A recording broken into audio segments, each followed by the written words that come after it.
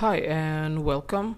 So, this video is going to tell you topics about language policy, identity, bilingual education in Indonesia, a historical overview. This is taken from Mr. Amirullah Abdu's article with the same topics or the same titles. And for today, we are going to explain to you these topics, and it's going to be divided into two parts. The first part, I believe, has been covered by Miss Kia in the other videos or in the other presentations, talking about the very first part of the article in related to the historical perspective of language policy in Indonesia, starting from before the independence in 1945 until 1998 to now. So in the second part, I'm mostly going to talk about identity, bilingualism, and bilingual education. Now, in short, the core of the problems the core of the debate in this one is talking about the identity. So the ideas that bilingualisms or other languages, other values, other cultures going to Indonesia and intervene the values that we already have is nothing new. So this is also happens in terms of language teachings, not only language teaching, in terms of teaching in general. So the debate mostly happens in a primary level, or for example like kindergarten or elementary school, because people believe, or scholars believe, that it is actually going to disrupt the acquisitions of the local language that they are, or the children is starting to get, or starting to acquire. And at the same time, the opposing view, or on the other hand, believes that learning new languages besides local languages and Indonesian languages is going to benefit the learners in the long terms, since most people are going to use English and it's easier to teach English in the primary level of educations. Now, but what we are going to discuss mostly in the article or in this video is going to be in the higher education level. Now, let's see how this debate happens in this level. Now, the article itself is Mr. Amirullah take the later approaches, or he believes that it's actually good to make English as instructional media, or to make English as instructional language when you teach inside the class. Now, to support his ideas, he gathers several opinion. The first one coming from Dewi in 2012. Now, Dewi find out that actually using English in higher level of education or tertiary education does not disrupt the local identities of the learners. So she finds out that because English is used only to certain extent, this extent does not actually overshadows overshadow the use of Indonesian or local language, even though they use the lecturer and the students use English as instructional media inside the class. The second one was coming from Coleman in 2008. So he claimed that English is seen as a way to elevate life, especially to get a better career. Now, she identified that Coleman believes that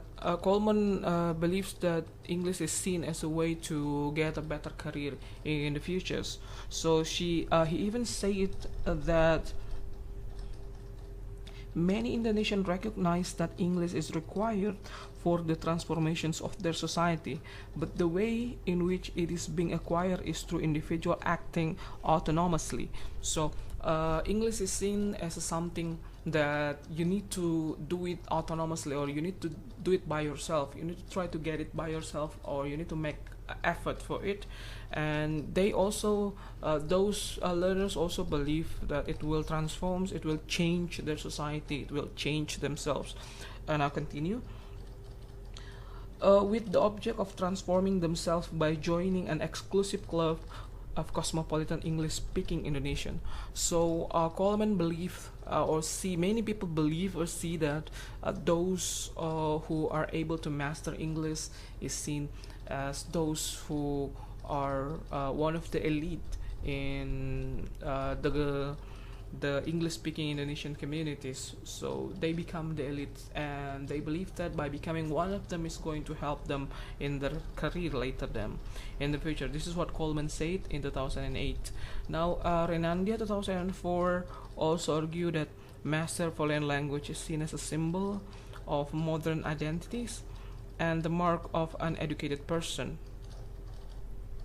So he continued, for the nation being able to speak foreign language, they can be identified as a knowledgeable person. Well, even though this is not entirely true, or maybe that person who knows English knows only English, but he does not know any other things besides the language. But people still perceive them as a well-educated or a knowledgeable person. This is true in many cases. I myself have an experience of being said to be very smart and very knowledgeable, even though what I know is mostly about English only. I don't know about physics or mathematics or ITs or any other things. But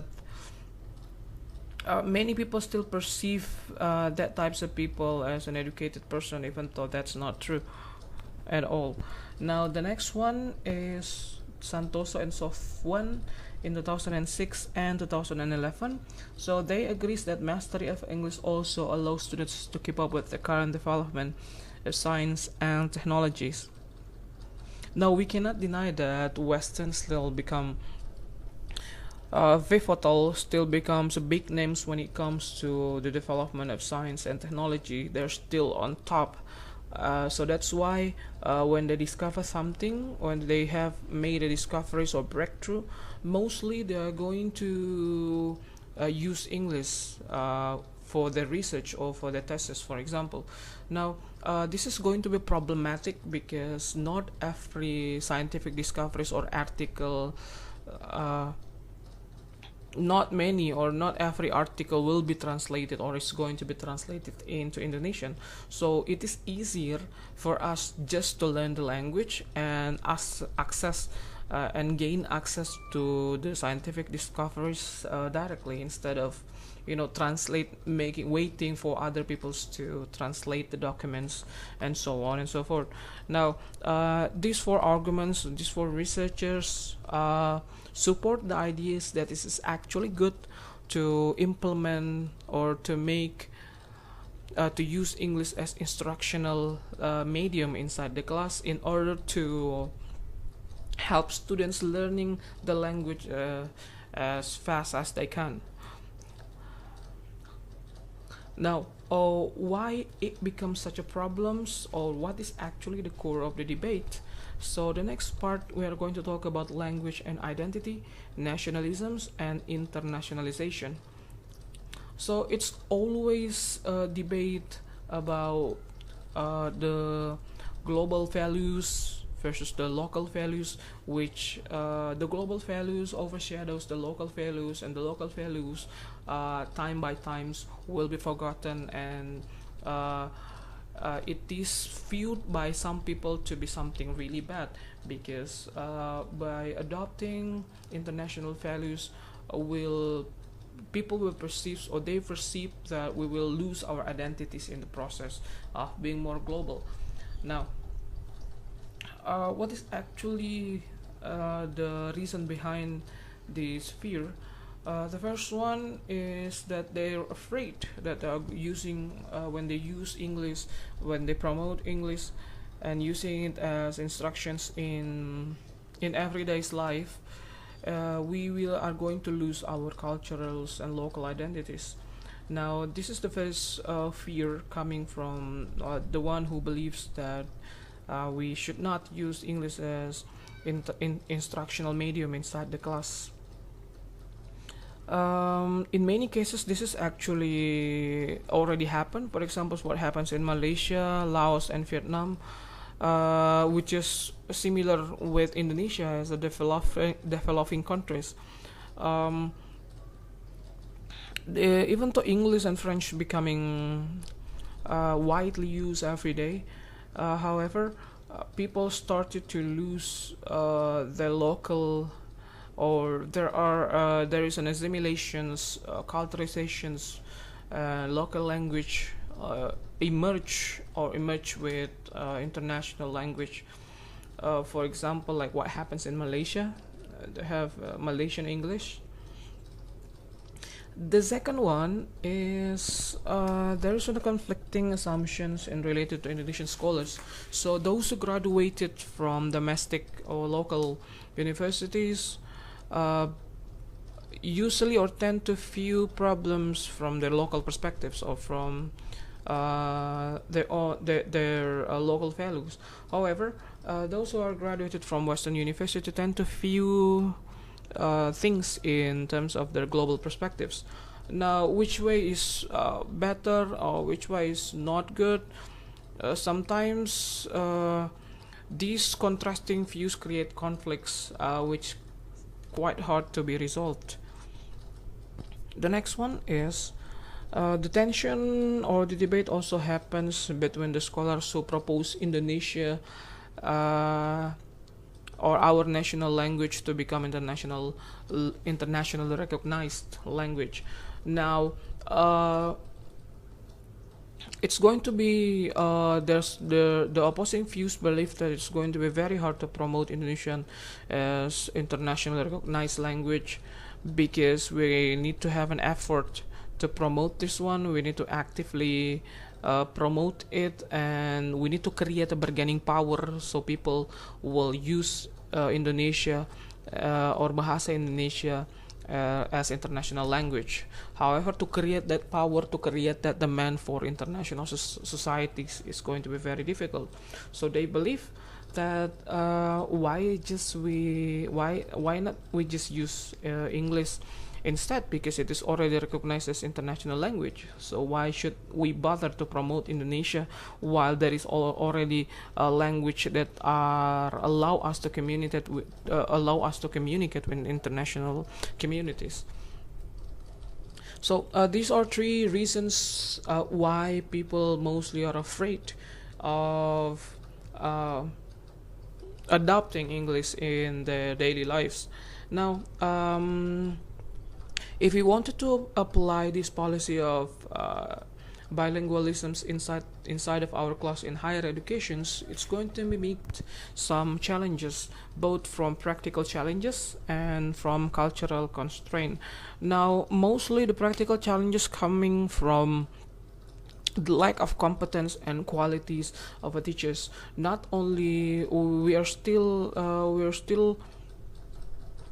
having a poor quality of the teachers, and not only that, we also still have poor qualities of the teachers who can use English. So there are not many teachers in Indonesia who are able to master languages, especially English. So it's quite hard for them to teach English on their class.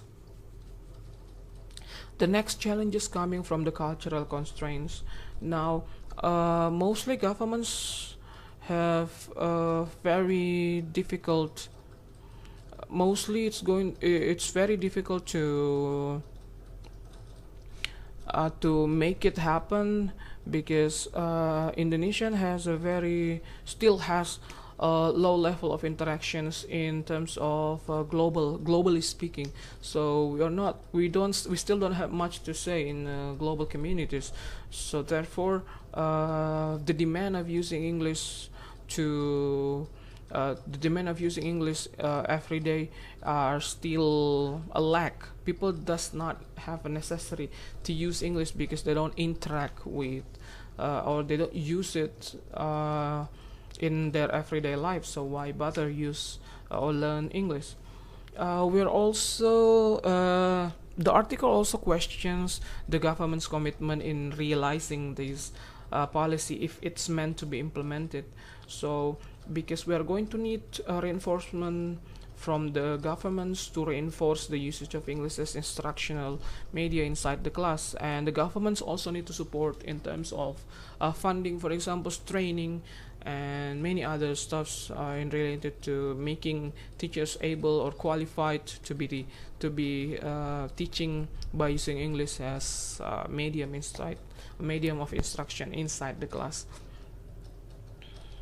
Now, even though there are challenges, but the very first things to solve problems, of course, is to recognize the problem. So to recognize the challenges means that we are ready to take a step to overcome and tackle the challenges that probably we are going to face. I myself believe that we believe that it's actually good to make English as instructional media inside the class, and however, in terms of endangering or disrupting the local values, we believe that there is a consequence, of course, in adopting global and international language with our own values, because sometimes it clash between those two values, and so the stronger the values, they will win. I mean, the stronger values will win, of course. However, sometimes many people think and see adopting English will be disrupting our local ideas. Well, we believe it might happen, and we believe that there are also effort that we need to do, or there are also limit to what types of how many, for example, how many times do we need to use English, for example, inside of the class, or in what times we can use English and what times we can use Indonesia. There should be limit to things that we do inside the class with English, and I believe by doing so, that English is not going to disrupt our local language. It probably is going to help our local language to flourish. So I think that's all. Thank you very much for the attention. So if you have any questions to ask, feel free to ask in the comment section. Thank